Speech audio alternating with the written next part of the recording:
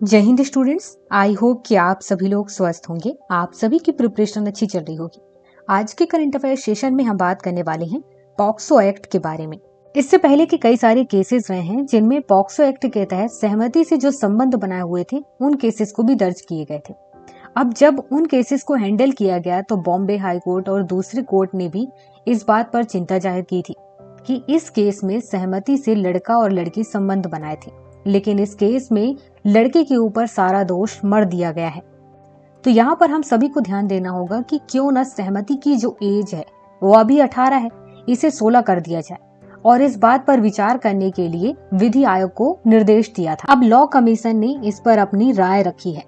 राय ये रखी हुई है कि सरकार ने जो नियम बनाया हुआ है यौन अपराधों से बच्चों के संरक्षण के लिए, पॉक्सो एक्ट जो बनाया हुआ है, इसमें जो सहमति की एज है उसको हम नहीं बदल सकते हैं। उस पर विचार किया गया है। यहाँ पर हम एज 16 नहीं कर सकते हैं।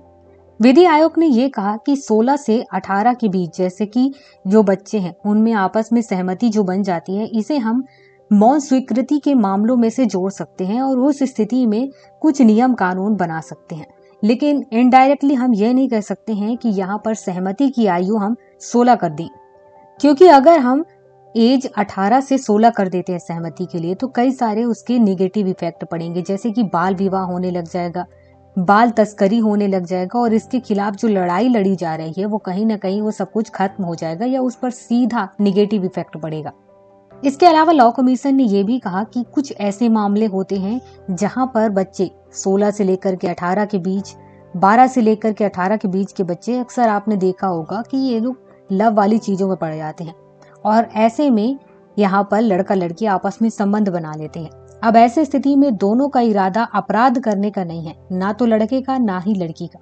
इस टाइप से केसेस को हमें देखना होगा और इसे हम पॉक्सो एक्ट के तहत नहीं ला सकते हैं। लॉ कमीशन ने कहा कि हम सभी चीजों पर विचार किए हैं, बाल संरक्षण कानून को देखें, कई अलग अलग निर्णयों को देखें, और उसके बाद हमने ये विचार किया है कि जैसे कि बच्चों के साथ जो दुर्व्यवहार हो रहा है, बच्चों की तस्करी हो रही है, बाल वैश्यावृत्ति हो रही है, अगर हमने एज 18 से 16 कर दिया तो उसमें इन सारी चीजों पर इफेक्ट पड़ेगा।